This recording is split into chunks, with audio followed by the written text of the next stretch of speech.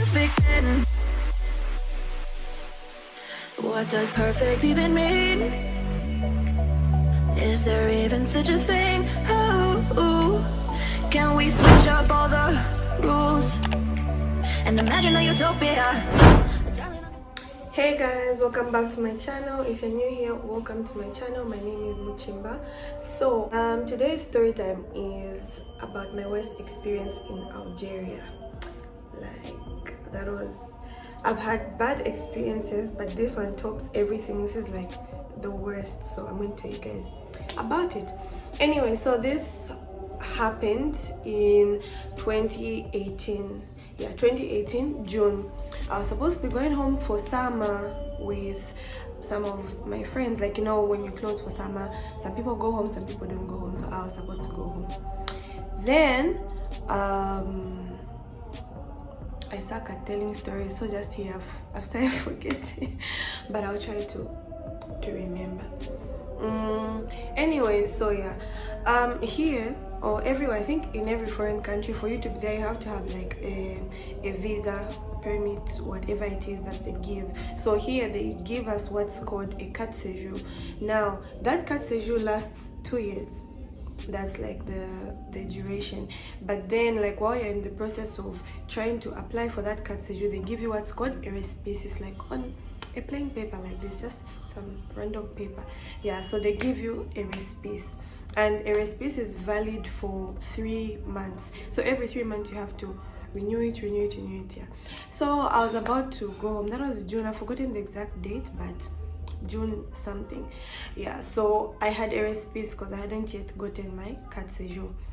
So I got my respice. I mean, my respice was going to expire the time I was going to be home, and then, you know, of course I was going to be home, so I couldn't renew it from here. So which means I had to like go to the police and have it stamped in advance for like from the day I was almost like from like just a few days before I left until when I come back, which is like 3 months, because I was going to be home for like 3 months. Let's see, June, July, August, September. Yeah, 3 months. Anyway, so yeah, that's how I went to the police station. I gave the woman who stamps our respices, I gave her my respice, and you know, she stamped and she signed and whatever. So me, I was even like, I just got it and I put it in an envelope with the rest of my documents, like my passport and whatever, all the things I need for me to travel. Okay, then I was like, that was like 4 days before I was supposed to leave, 4 days before my flight. And then I decided, or like me, my boyfriend Kappa, and Natasha, my friend Natasha Zulu, yeah, we decided that we would go to Algiers in advance. We'd spend like, I think 3 or 4 days in Algiers before we started off. We're supposed to, like, we had planned to travel together, the 4 of us, me, Natasha, Kappa, and Kangwa. You've seen, but then Kangwa was still in Tlemcen. So Tlemcen is a different town, and for those who don't know, I live in Constantine, Algeria. So yeah, then we decided to say we'll go and spend a few days in Algiers. So I even packed my thing. I didn't even like look at it or whatever, because I knew, I'm like, they always stamp my things, so they stamped it properly. I even put it in the envelope. I even packed it. I even packed my stuff. We even went to Algiers. We went to the airport to go and buy our tickets. Me, Natasha, and Kappa. Kango hadn't yet joined us, so it was just the 3 of us. Kango was going to join us, I think, a day before we traveled. Yeah. So we even went to the airport. We bought our tickets, because they don't ask you for your respice when buying your ticket. You just give them your passport, and then they do whatever, the information and what. So we went there, we bought our tickets, and everything. Was so excited. I personally was excited. Like, I was very, very excited about the trip. Okay, that's how we even started having fun in Algiers. We went to the mall, whatever. Days, even like this same days passed, you see. And then the day arrived for us to travel now. We went to the airport. Me and Natasha, because like, you know how we have cities, we have girls cities and boys cities, so like we don't live together. So me and Natasha started off from the girls city together. We moved in the same taxi to go to the airport, so that we go and check in. And I think I checked in online. Yeah, I usually check in online. I don't remember, but I'm almost sure I checked in online. Yeah, so we went to the airport, you know, carried my bags and all that, and I was so excited, you guys. Like, I was so excited to go home. Then we reached there. We even entered the line. Kappa and Kango hadn't yet arrived at the airport, so we went. Oh, you guys, I suck, man. You just forgive me. I suck at telling stories, but anyway, so yeah, so we entered the line there. Then it finally reached our turn, you see. So I think Natasha checked in first. Yeah, she gave like the lady her stuff, the lady who's at the Emirates till thingy, she gave her stuff, you've seen. And then I gave her my things now so that I should check in. So I'm just saying she's taking time. So I was asking, I'm like, Madam, just kill her.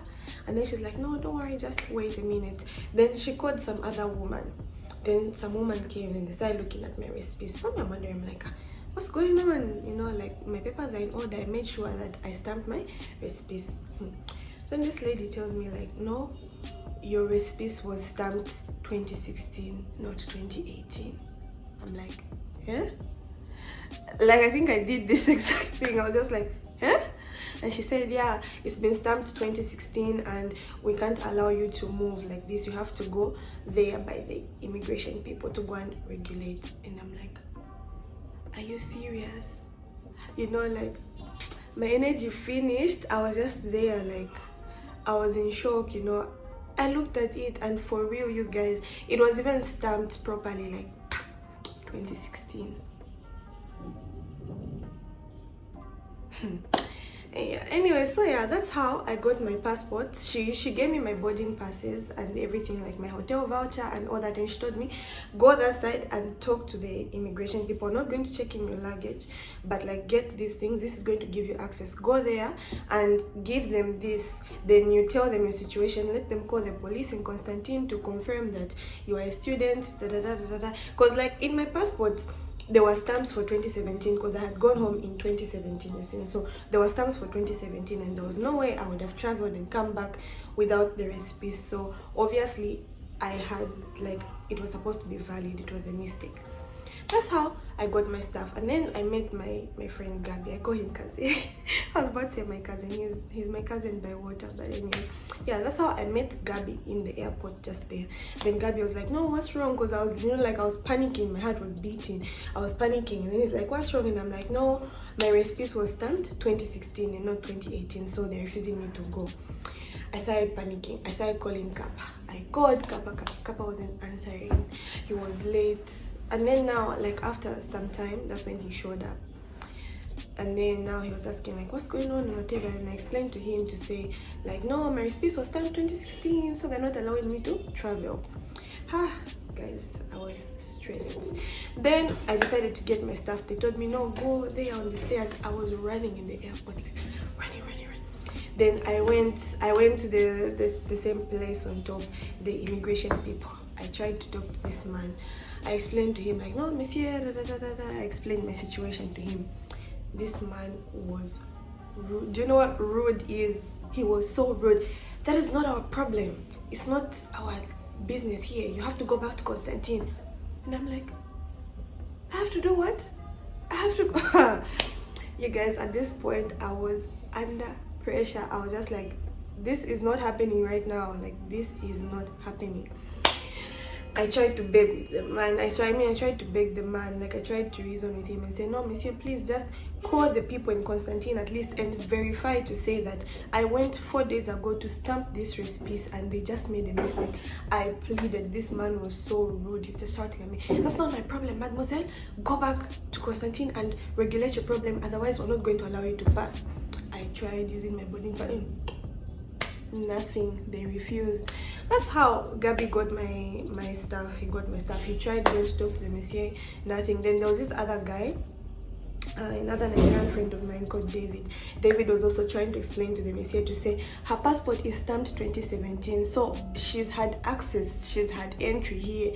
How can she be staying without a valid recipes? You know, like, here you can't stay without valid papers. They'll arrest you and they'll take you to court. Like, even when you're traveling, and I travel a lot, like within the country. So even when you're traveling, they have police checkpoints as you enter every province. So they would have checked and they would have arrested me. Like, that was 2018. How do I stay 2 years without a valid permit? You see, this man was stubborn and rude. He refused. At that point, I just started crying. I was just like, you know, my energy just finished. So I started calling my mom. I called my mom. My mom wasn't picking. She was in a meeting. So I think I called my dad to tell my mom to call me. Like, it's an emergency. Tell her to call me. So then my mom stepped out of the meeting and she called me. Then I explained to her what was happening. And they were about, like, the flight was about to, you know, to start off and everything. They were about to close the boarding gates. And it was either I go or I have to get money to change my flight. And your girl finished all her money doing what? Shopping at the mall. You guys, you know, so like I didn't have any money on me. I didn't have anything, you see. And the people around me also didn't have money to give me. I started panicking. Then Kappa had already checked. He had already checked in his bags. By that time, Natasha checked in her bags. Kangwa checked in his bags. So now, like, I was stressing. I told my mom. My mom said, okay, let me send you money. So my mom sent money. Then there are ATMs there at the airport. So I just went. I withdrew the money. You see. Then now we stood like, what are we going to do? And like the police people were not. They were really not having it. Like the immigration people, they were just like, sis, you have to go back, you can't pass. So now, yeah, that's how we stood there. Then Kappa wanted to remain. He was like, no, let me stay. What? And I told him, I'm like, no, you've already checked in your bags, don't worry, I'm going to find you. And whatever. He was like, okay, let's go, we change your date at least. Then we went there now at the Emirates stand. It's like just within the airport. We went at the Emirates stand to say, oh no, I want to change the date for my flight. I would have, like, it would have been possible for me to like go the day after. Like, for example, if today is Tuesday, Wednesday, Thursday, I would have gone on a Thursday, you see. Then this man tells me there's no available flight. The only available flight is 5th July. 5th July was like a week away from the day when I was traveling. I'm like, 5th July? What will I be doing for a whole week? My residence was closed. I'm the only black person in my residence. So like when schools close and everybody goes home, it's either I remain alone or I leave and the residence remains empty. So they had closed it. They had locked it, you see. I had no business being there. What am I going to be doing for 1 week? Where am I going to go? You know, I started stressing. At this point, I was crying. Like, I was... and people were telling me, don't worry. And I'm like, don't worry. I need to worry. Have you seen what's happening? What do you mean, don't worry? You know? Then yeah, that's how I had to change the date. I even paid 4,000 dinars. I paid, the guy changed my date. There was only one economy seat left, and that's the one that I got on 5th July. The rest were all business and they were so expensive. They were like 200,000 dinars, which is like, I don't know how much in kwacha, but 4,000 dinars is like 400 kwacha, so you can convert. Yeah, that's how. The rest I saying, no, let's go, whatever, I'll go, you have to go on board. And then I said bye to Kangwa, I said bye to Natasha, I said bye to Kappa, and I was just crying. I was so sad. Then I told him, don't worry, I'll find you home, whatever. Then I just opened my bags. Just there at the airport, I didn't even care who was looking at me. I was wearing like a cabriolet like this with a throwover and sweatpants. So now I had to change so that I can go on to the bus stop, get on a bus. I couldn't even get on a flight to Constantine. Like, I had to go get on a bus and go to Constantine. And Constantine is like 5 hours away from Algiers, the capital. So yeah, that's how I rushed. What did I do? Oh, I opened my bag and I removed my throwover. You know how like Algeria is, it's a Muslim country, so you don't really wear like stuff like this outside. You don't really do that, you see. So me, I was in my bralette. I didn't even care who was looking at me. I was just crying. I was so confused. I was disoriented. I don't know, everything wasn't just, everything wasn't going my way. Anyway, so yeah, that's how I opened. I got a t-shirt, I wore a t-shirt, I got my backpack from there, packed my laptop, packed my toothbrush. I think I even got lotion, I don't know, but I didn't even pack a lot of things. I don't know if I even packed clothes. I just packed stuff to sleep in. I think I put my stuff, and then I left my bags with Gabi and my friend Ngosa. I told them, I'm like, no, when I come back to Algiers the day I'll be traveling, I'm going to come and get the bags.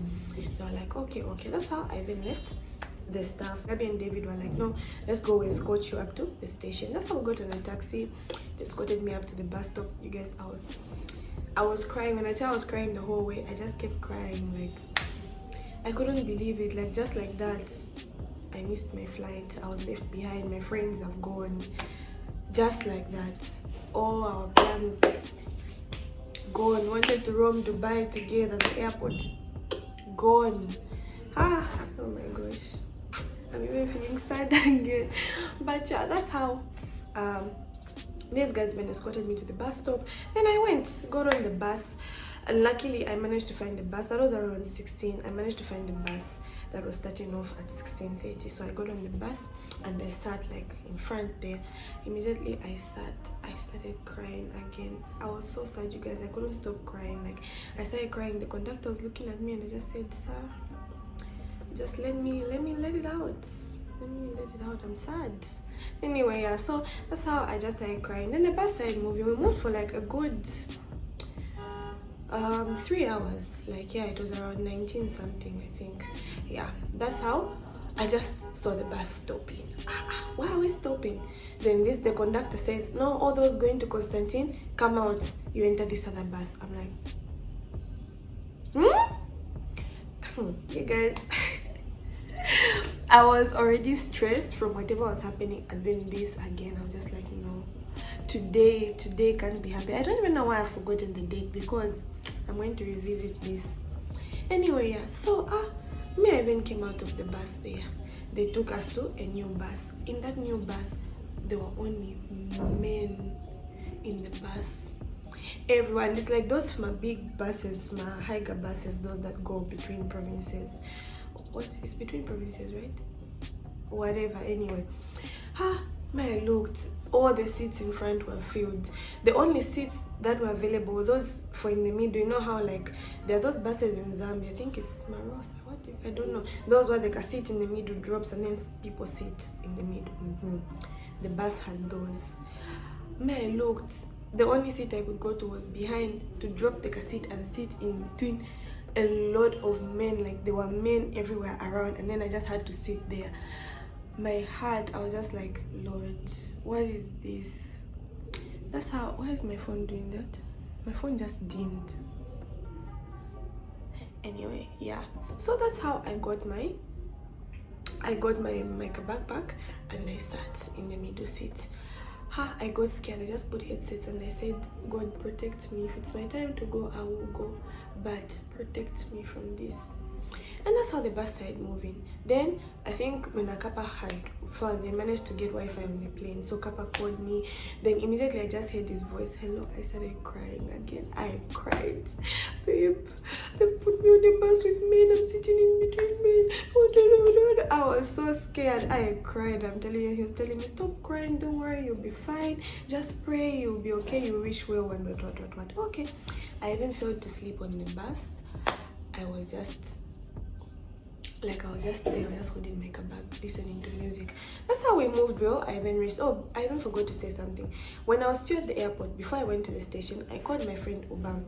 Obam is my Nigerian friend. He has an apartment here in Algeria, listen. So I called him.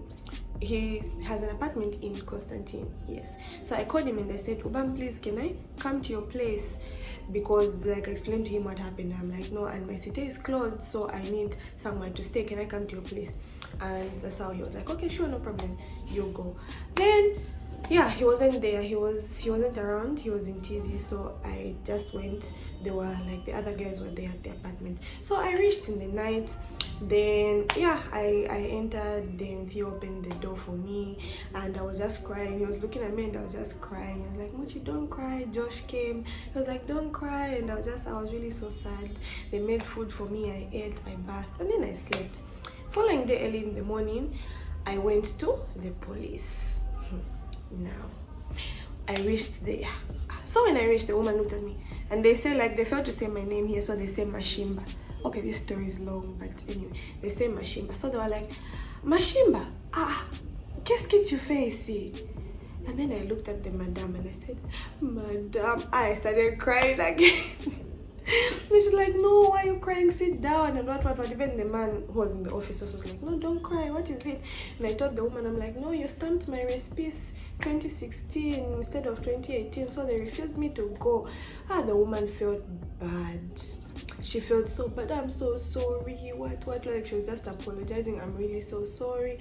I didn't notice. I don't know where she felt so bad and everything. So she's like, what happened? I'm like, no, the flights are done now. There are only business flights left. And I missed my flight. So like, my dad had told me I should tell them they have to reimburse you. They have to give you back your money, because I spent money for me to travel from Algiers to come back, and I need money again to go back, and I paid money to change my flight, so they had to refund me. Now, so I told them that, like, no, you have to refund me, you've seen. And I told them the only available date is 5th July for economy, which is far. And I even told them that I have to go and see my dad when I go home, because my dad was supposed to travel. No, okay, let's go Emirates and whatever. Okay. They called Emirates. Then the agent at Emirates told them that no, she's already reserved for 5th July, she's paid. This woman got angry. Hey, you are a liar. You are lying. You want to just get money from us. Whatever. I started shouting at me. Sorry, my storage got full, so I had to delete some stuff. Where did I even end? Oh, anyway, yeah. So this woman and I started exchanging wins, and I told her, I'm like, no, what do you mean I'm lying? I'm not lying. The fact is that I have paid money for me to change my flight and book that same date. I have used money to come here. I'm going to use money to go back. You see, you have to refund me in some way, because this is your fault. It's not my fault. Hey, we started arguing. With a policewoman, I don't even know why I'm not scared. I need to learn. But anyway, so yeah, that's how the policeman was like, no, okay, let's at least come up with something, what we can try to refund you. That's how they got money. Then they even refunded me. They gave me 4,000, and I was like, okay. And I stood up, I got my 4,000, I went to Ritage Mall and I bought food, and I went back to the house and I sat and I was just crying and eating. Yeah, and then days passed. Then it was now on a Tuesday. Yeah, I called my friend Akemata in Algiers, and I told her, like, no, I'm going to come, because now 5th July was on a Thursday. So I wanted to travel Tuesday evening so that I reach Algiers in the same evening, like maybe around 22, like that, and then Wednesday I rest and Thursday I travel. That was my plan. So I told Akemata, no, I'll be coming on Tuesday, what, and Akemata was like, oh, no problem, you can come. You sing. Okay, so Tuesday came. I even bought the ticket, I did everything and whatever. I even said bye and thank you to Josh and Theo, and I called mom. I said, thank you so much, I am leaving. Then I got on the bus. I even bought, like, I specifically said Algiers, and they said yes, Algiers. It's going at 17:30, was it 16 hours? 17:30, something like that. Okay. Me, I even entered the bus there. At this point, I was just chilled. I started even watching something on my phone, and I made sure, like, I was just alert. Like, I didn't even sleep. I was just alert on the bus. We started moving. So I usually calculate the time. Like, since Constantine, Algiers is like 5 to 6 hours by bus. So I was calculating the time. I even knew, I was like, okay, around 22, we should have reached Algiers. Okay, we started moving. Me, I'm saying 22 is reaching. We are not stopping. 23, we are not stopping. So I asked the man next to me to say, Monsieur, est-ce qu'on est arrivé à Alger? And then the man looked at me and said, Mademoiselle, on est à Blida. Blida is a town that's after Algiers. And I said, wait, what? What do you mean on Blida? And then I went to the conductor and I said, Monsieur, I told you I'm dropping at Algiers. And I emphasized, and I said, don't worry, I'll tell you when we reach Algiers. You see, because it's in the night and I can't really, like, read the signs, so I can't really know that we stopped. And me, I thought the bus was going directly to Algiers. I didn't know it was a bus that was going to Oran. Oran is like how many 10 hours away from Constantine. So that was like another 4 hours of traveling. You guys, my energy finished. I'm like, what sort of bad luck is this? What sort of bad luck? I'm telling you, like, I even felt to cry. I was just there, like, I was just surprised. And this man says, oh no, I'm so sorry, I forgot. Apparently he said it in Arabic. He said Jera, something like that. Then now I didn't hear, because me, I was waiting for him to say Algeria, and he was going to tell, because I even sat in front so that he should tell me to say, we are not going to the station, we are at Algiers now, drop off and get on a taxi. Because I would have dropped off at the side of the road, and it would have been easier for me to get a taxi and go. Yeah. So I called Akemata, and I told Akemata to say, this is what has happened. Hey, Akemata just started feeling bad now. She was like, how do you just have such luck and what? I was just so sad, you guys. You don't even understand. I was really, really sad. Yeah, that's how the conductor was like, no, we'll try to find a bus that's going back so that it can take you back to Algiers. We tried. There were no buses. That's how we just continued moving. Then we reached Oran around, was that 04? Yeah, 04 or 03, something like that. Then when I dropped off the man, I was like, I'm so sorry, what. Then he even refunded me the money that I paid for the bus. He was like, I'm so sorry, I forgot. What, just wait here in Oran station. By 6, a bus is going to come, you'll go back to Algiers. Now imagine, you guys, I traveled 10 hours from Constantine to Oran. I should travel another 4 to 5 hours from Oran to Algiers without resting, and I was so hungry. I just looked, my energy finished, man. I was just like, Lord, what did I do? Like, what are you punishing me for? What did I do? Yeah, so anyway, that's how I entered the station there at Oran, and I sat, and then that's how I met Brother Flint. Then, like, he's a Zimbabwean senior here. So that's how I went. Like, Flint asked me, like, oh, what's happening, why are you here? And I explained to him everything. He felt so bad and what, and I told him, please, I need to just rest my eyes, can you please, like, you know, watch over me and whatever. Okay, that's how I even got my bag. I did like this, and I slept. And yeah, I slept. Then around 6, Brother Flint woke me up. He was like, no, me, the bus is to Tlemcen. I've started moving, all the best, and what. Okay, that's how I even went by the counter. I even bought a ticket. I was going ticket number 1. I bought, then I sat. I went to the cafe there. I got like some croissants and some pan choco and a small candy choco drink thingy, like some chocolate milk. Yeah, so that's what I ate. Then I was waiting. Then they said, no, the bus has delayed. It's going to come around 8. Okay, I sat, I waited. It was 8. Finally, like, when the bus came, I got on the bus. Immediately, I just reached. I didn't even waste. I just sat as usual in front. I sat and I slept. I slept, you guys. The next thing, when I was opening my eyes, it was like we're almost like, I think we're like 20 minutes away from Algiers. Then I reached the city for Akemata. At least the people at the gate didn't give me problems. I entered. When I just reached Akemata's room, I was tired, you guys. Luckily, I found she's put water for me. She had even cooked and whatever. They were about to go for a graduation shoot, because the previous day on Tuesday was their graduation. So the following day, they just went for like a graduation photo shoot. That was her and Sharon. Then yeah, that's how I said. They told me like, no, the food is here, the water is here, you should bath, you get some rest. Then yeah, that's how they went for the shoot. Immediately they left, I cried. Like, I literally sat down and I cried. I was just releasing everything. I was just like, nah, this can't be happening, this can't be my week. Like, how? Yeah, then afterwards, that's how I slept. I even rested. Then these guys came back. We just chatted for some time. Then I slept again. Following day, I woke up early. I didn't even want any funny business. I triple checked my recipes to say, okay, this is 8. So I even asked me, this is 8, right? It's 8, 2018, not 2016. Yeah, then they confirmed. I sent pictures to my parents, like, no, please confirm for me, help me confirm and everything. Yeah, so when the day came, that was on 5th July, I said thank you so much to Akemata for taking care of me and everything and I said bye to Sharon. Then I started off going to the airport. I was so early. By 12 I had started off going, and the flight was at 16. I reached the airport like at 12:30 like this. I checked in my bags and then I just sat. at the airport. I was just waiting. Then I started moving around. Then I found this place where they were selling neck pillows. I bought a neck pillow, and what? It's just that I don't have it now, but yeah, that's how I got my neck pillow. Then it was finally time for me to board. Like, I couldn't believe that I was actually going. Like, I was actually, going there finally. So yeah, that's how I even went. I boarded. They made sure, like, they checked my stuff. When they stand to say, like, okay, she's okay, my heart was relieved. I was so relieved. Then I passed and I entered on the flight. I even started, like, I was taking some pictures, I think, for my Instagram.